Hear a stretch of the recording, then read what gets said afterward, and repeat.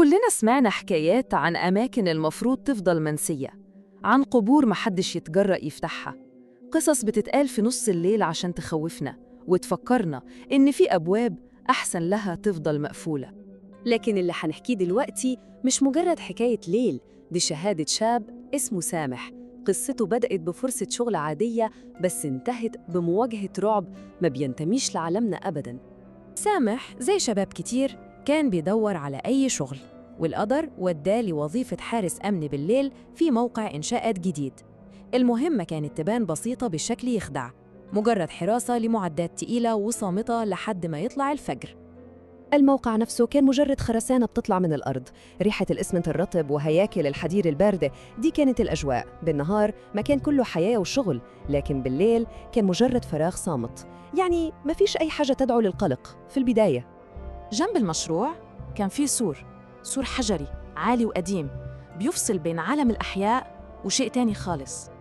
تخيلوا المنظر، على الجنب ده من السور دوشة المستقبل ومباني بتطلع، وعلى الجنب التاني صمت الموت الأبدي، مقابر منسية محدش دخلها من أجيال، عالم مقفول ومختوم.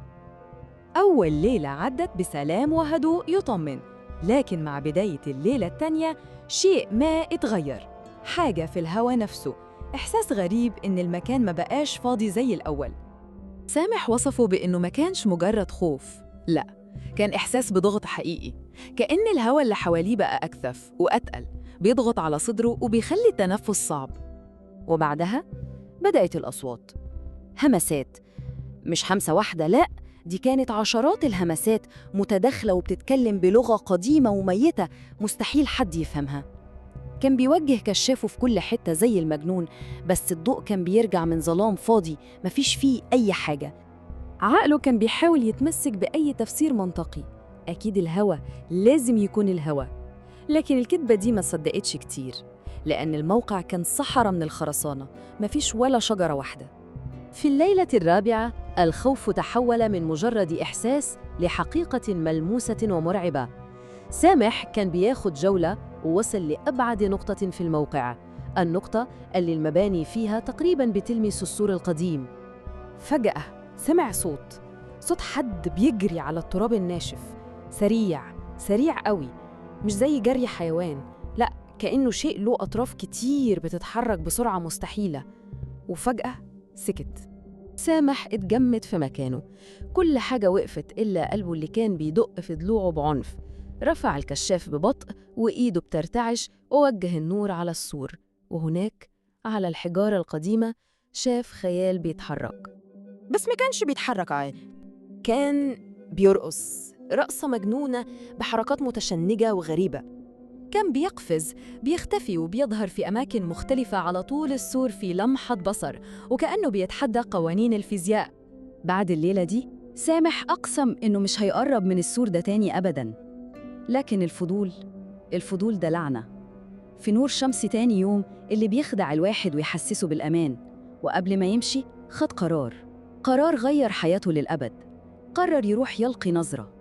عند قاعدة السور لقاها فتحة صغيرة مكسورة يدوب تساع قبضة الإيد، بس اللي طلع منها خلى الدم يتجمد في عروقه. موجة هوا سخن زي نفس طالع من فرن، ومعاها ريحة كبريت وعفن، حاجة قديمة وشريرة. في اللحظة دي الخوف اختفى والفضول هو اللي سيطر. نزل على ركبته وتجاهل كل صوت جواه كان بيصرخ ويقول له اهرب، وخد نفس عميق وحط عينه على الفتحة.